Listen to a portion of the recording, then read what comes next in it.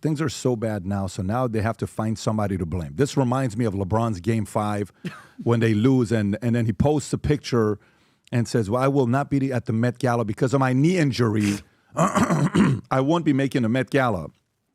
So they need an oust, why they lost to Minnesota. But conservative expected to point fingers at Jenny Byrne during election post-mortem. If we had won, everything would have been forgotten. One MP told National Post. Go, Laura. So that's apparently the campaign manager that hung up on our booker twice. Her and her team. A conservative leader, Pierre Poilievre, is expected to hear on Tuesday from caucus members dissenting over mistakes made over the course of the campaign, with fingers pointing to campaign manager Jenny Byrne. Keep going, Laura. Conservative MP insiders spoke to National Post, did not lay the blame on Poilievre, who they said was busy crisscrossing the country, but rather the operational internal decision spearheaded by Byrne during the campaign. They pointed to the messy nominations, because there was a bunch of guys named Pierre on the list that were running, so they wanted to confuse, but they knew that weeks in advance, as well as rules against speaking freely to the media and their constituents. Rules. They also brought up the campaign's choice not to pivot after Justin Trudeau's departure, Mark Carney's arrival as Liberal leader, and U.S. President Donald Trump, frequent interviews and a question 1 p.m. spoke on the condition of anonymity in order to speak freely, said it was especially difficult to get anything done with Byrne having the final say on things, and that regional organizers were often left waiting for approval. In terms of campaign, the game plan was followed, but what we didn't like was a lack of flexibility. Everything went through her. Okay. So now people say what? Well, this is why they lost the election. It isn't Pierre's fault. It's 100% on Pierre. Who chose the campaign manager? Who hired this person? Pierre. Was she forced upon you? Nope. So for everybody that's trying to defend Pierre, they handcuffed him, they arrested him, they put a gun to his head, and they said, this is your campaign manager. And whatever she says, you do. You're a damn leader. What do you mean? You're the leader. You can fire people. You can move on. You can bring a new team. You can do things like that. But you guys keep protecting your little baby. God forbid. Oh, my God. Yeah, this guy didn't do anything wrong. It's not his fault. Now, don't get me wrong. Some of the other guys, a couple of the guys that had won in the past before, they said, you should have used my campaign manager. What's the guy's name? Is it Doug Ford? Is it something? What's his name? Is there a guy named Doug Ford in Canada? Yeah, a guy named Doug Ford said, you should have used my campaign manager, you would have won instead of using this. Maybe he's right, maybe he's not, whatever. Some people are saying that it could have been a different results.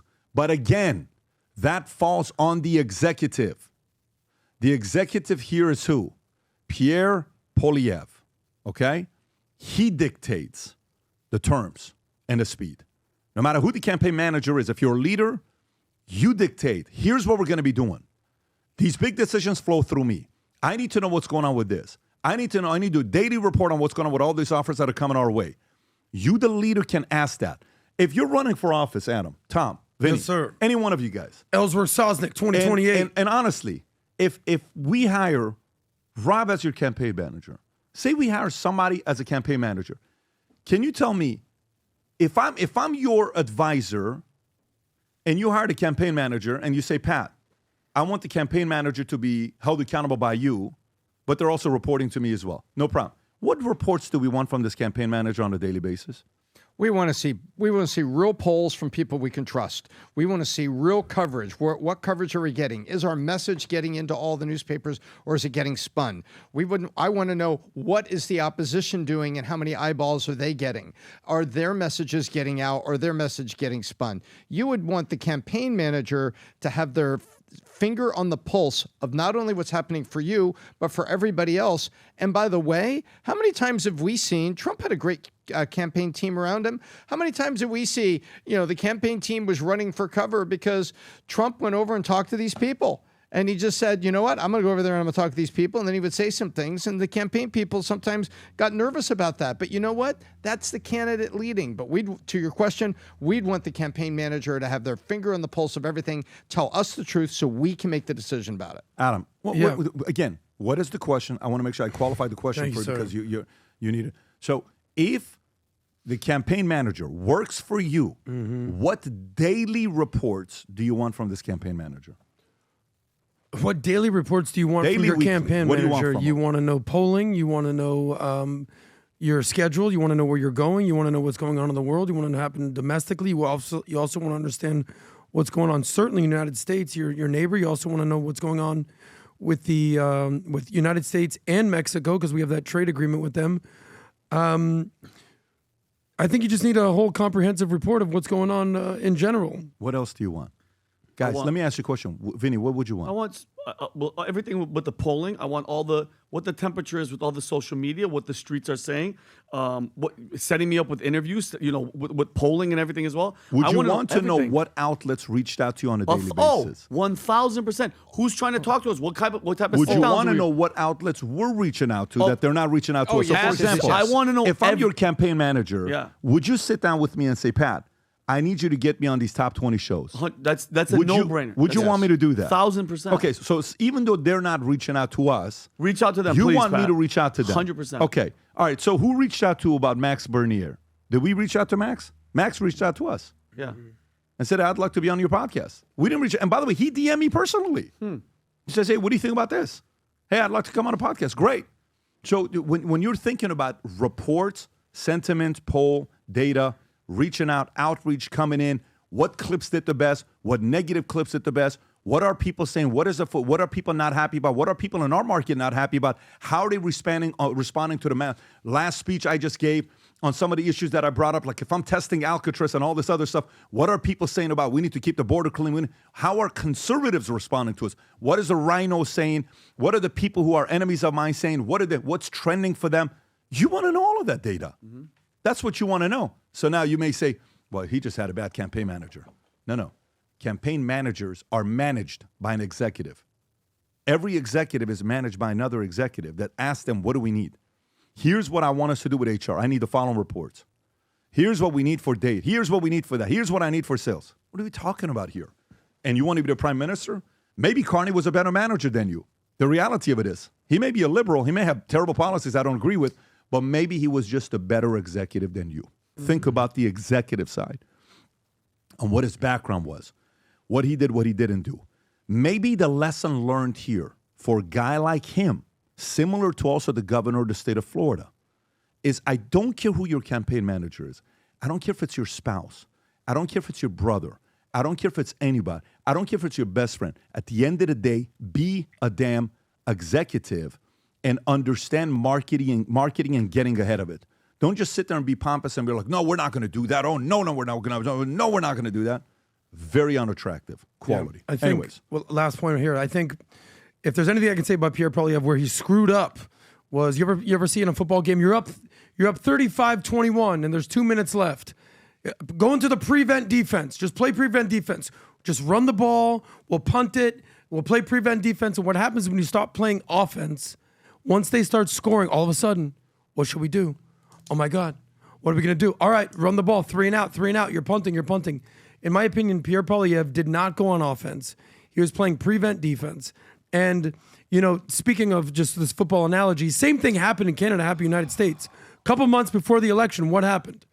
They bring in a different quarterback. Instead of Joe Biden, they brought in Kamala Harris. Same thing in Canada. Instead of Justin Trudeau, boom, Mark Carney shows up. The difference is Mark Carney was a little bit better of a leader and a communicator than the atrocity known as Kamala Harris. And what Trump did is the exact opposite of what Pierre Poilievre did. Trump said, what? I'm going to get out there. I'm going to rally. I'm going to go on every single podcast. I'm going to get out there. Theo Von, PBD, Rogan, the list goes on. Whereas Pierre Poilievre played prevent defense, and all of a sudden, it's a tie ball game. All of a sudden, he's down 7. Next thing you know, he loses by 10. In an election, he should have won by 14. Yeah, by a mile. Anyways, Canadians, did you hear the stories about how many Canadians are planning on leaving to the States? No. Did you see the article on how many are wanting to move to the States? And I don't blame you on what's going to be happening. But let's see what your Carney guy is going to do when he comes and meets with Trump. Maybe he is a better executive. Maybe he's a better executive.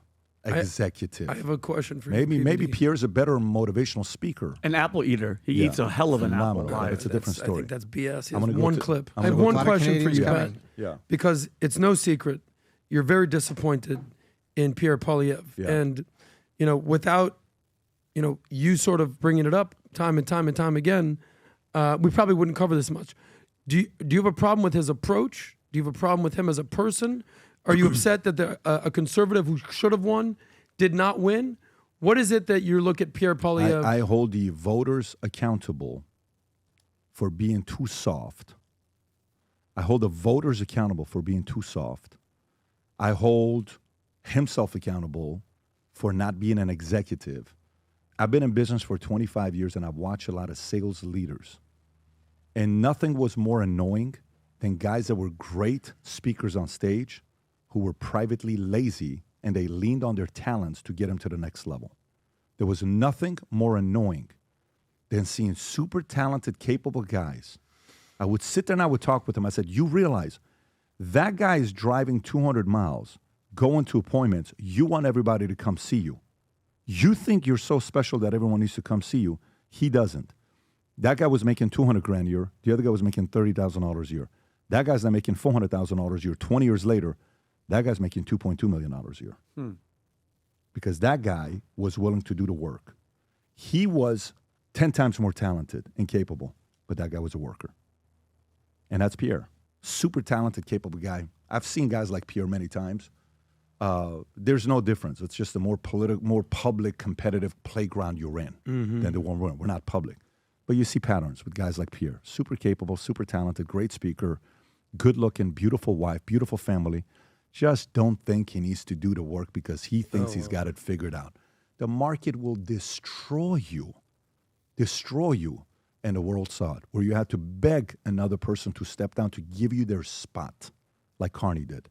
Now, I'd love to see a great comeback and him coming back and winning and learning from his mistakes.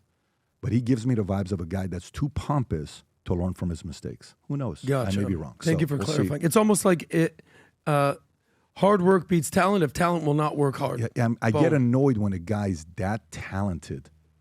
You are that talented. Are you freaking you are that talented and capable?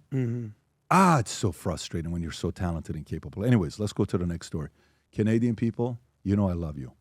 When you run into me and you pull me aside and we have that conversation together, you know I love you. I respect you guys. I've had some great memories in Canada, and I will continue to make great memories in Canada. Although I'm sure if I go to Canada next time somebody sees me, they're going to say some bad comments, but we'll probably sit down and have a conversation about it. And to you, single Canadian woman, 35 to 40, Vinny would like to love you. Yeah, that's right. Okay. 35 to 40. I'll just say 58 to 90, Tom. Where the hell are you going? How about 26 to 32? Thank you, Vincent Oshana. Whoa. Tom's like, hey, ladies in the old folks home, geriatrics, if your teeth are still there, hit up Vinny. And you're a billionaire. And you're very wealthy. If she's Vinny, Vinny's yeah, 35 and under or 85 and older. That's it. Next week is Armed Forces Day, and we're celebrating folks who were in the military. I was in the Army. Vinny here was in the Air Force. And so we came out with these hats simply because of a lot of people were asking about it. And here's how it looks. It's a Future Looks Bright hat with the sticker. Listen to it. Oh, I love that. Awesome? And then, what? So you see it says Future Looks Bright, but you get to put the USMC, Future Looks Bright, on there. We have it for Navy, Future Looks Bright. We have it for Army Green, Future bad. Looks Bright. I love that. They're all here. And then we also have the what do you call it? The shirts, Navy, Army, Air Force, Armed Forces that are there. Rob, what else do we have on there? Outside of that, we also have the new Angry Patriot. Vinny, show us what you got there. So we have the Angry Patriot bucket hat because we're in Florida. It's hot. The weather's going to start changing. Angry Patriot, Patriot in the front. The Future Looks Bright in the back. And if you get anything, if you get this or you get anything from the Angry Patriot collection, you get a free Angry Patriot mug. And this hat is ridiculous. That's pretty sick, by the way. I love it. No, Put that thing on, Vinny. Very sick. Put that thing on, buddy. And FYI, Yeah. outside of that, you're going to get dog tags, vitamin dog tags that say outwork, out-strategize, out-improve, and outlast for every order you place. But more importantly, we just want to say thank you to your service for everyone that served. I got a call from a guy yesterday telling me, says, Pat, I'm out of the country in Europe. I'm wearing my Future Looks Bright hat. I'm poolside. And he says, one by one, everybody would look at me and they would say, hey, I know that. I know who that is. The community is getting bigger and bigger. Hell yeah. We want millions of people. It starts off with the first million. We want 1 million people wearing the Future Looks Bright gear. If you're somebody that loves this brand and you're optimistic about the future, go sport this Future Looks Bright. And if you know somebody that's a vet who watches the podcast, watches Valuetainment, get them this as a gift and send it to them. They'll be very happy that you did that. If you enjoyed this video, you want to watch more videos like this, click here. And if you want to watch the entire podcast, click here.